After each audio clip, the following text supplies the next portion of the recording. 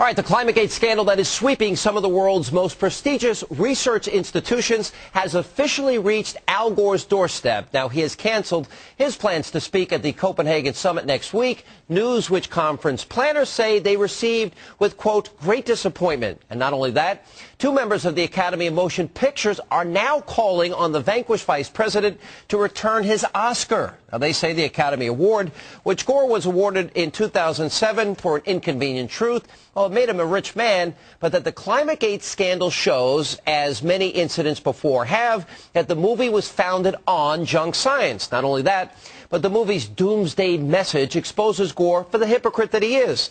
Now, Al Gore may want you to bike to work every day, but this video, which we showed you 2 years ago, yes, that shows him getting off his private jet and into a big gas-guzzling town car. Oh, and then, of course, there's Gore's supposedly green mansion, which, according to a 2008 estimate from the Tennessee Center for Policy Research, consumes far more energy than the average American home. As a matter of fact, 20 times what you use in a year, he uses in a month. And don't forget his houseboat. Yes, he owns a custom-made houseboat that he's dubbed BioSolar One. Now, the Powerline blog computed that you'd have to drive 975 miles farther from Chicago to New York to emit the same amount of fuel that Gore's green houseboat uses in a single day. And that doesn't count, by the way, the jet ski that he has perched on the back. So it's safe to say that ClimateGate has revealed that global warming and that movement is run by hacks and frauds. And given that Al Gore personifies the movement, maybe that shouldn't come as any surprise. But the political fallout from the scandal, well, that's just beginning. The head of the UN's International Panel on Climate Change is calling for an investigation on the subject. And GOP lawmakers, well, they want the same. Senator James Inhofe, the minority ranking member of the Environment and Public Works Committee, is leading the fight to investigate the issue on Capitol Hill, and he joins me now. Senator, good to see you. Thanks for being with us. Hey, Sean. Good to be with you. All right. He's got the Oscar. He's got the Nobel Prize. Do you join this effort? Should he have to give it back? Well, he's also got several $100 million. Let's don't forget that. Oh, yeah, I think it'd be great to give it back, but it's not going to happen. You know that, and I know that. But I'll tell you, what's happening now is very significant, and one of the things that is very difficult to deal with because people don't really understand it, and that is the endangerment finding. It was a sigh of relief for me when I saw that they came out with all this stuff, because that was verifying what we had thought and had been talking about before, and I thought that would stop them from coming out with an endangerment finding because, Sean, the science on which that finding will come out was the IPCC. The same guys that have been cooking the science. So anyway, I guess that's not going to happen. All right. If you look at these emails, we've been going over it. Is it fair of me to characterize this as the biggest scientific scandal in our lifetime, that people have been lied to on a mass scale?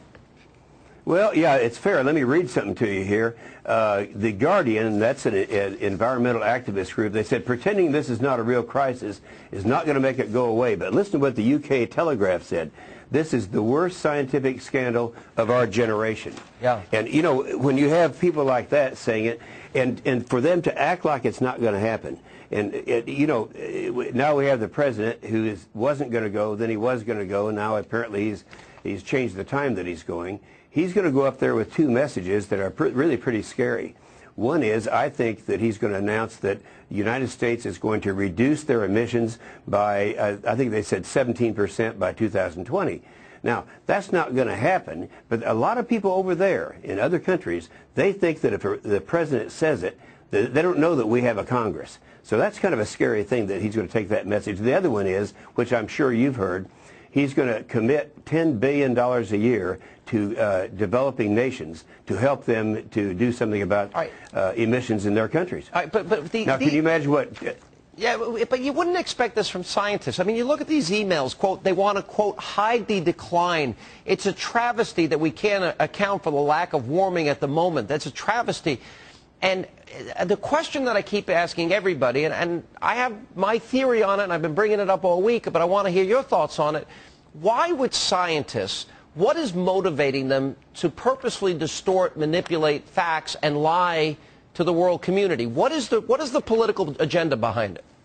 Well, when this first started, and keep in mind the IPCC is the United Nations, when the scientists at the very beginning started coming out saying, well, the science is settled and we're having all these reports, the scientists were coming to me, into my Senate office. They were calling me and saying, this thing is cooked. They won't allow us to come in and give our opinion. They will only hear from individuals who agree with their position. So 4 years ago, Sean, I made a speech on the Senate floor. It's about an hour long, and I covered all this science, how they're cooking the science, and I was redeemed when this came out. Yeah. Now, my answer to your question is the real scientists are not. There are a lot of people in the scientific community that are outraged by what they're doing to science.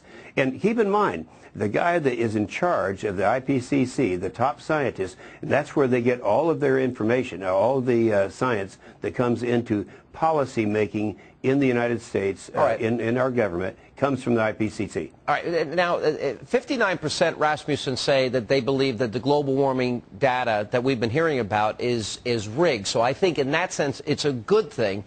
But there still seems to be denial. The White House is still actually denying that this information has been false and it has been rigged. The question is, you know, they want to use this information even still on legislation that's going to impact every American. It's going to outsource jobs. We're going to lose jobs in the country. It's going to put a higher tax burden on the American people. So my question is, why can't they face the truth in light of what we now know? Well, I think the president clearly is trying to redeem himself with the far left because they got mad when he made his Afghan decisions.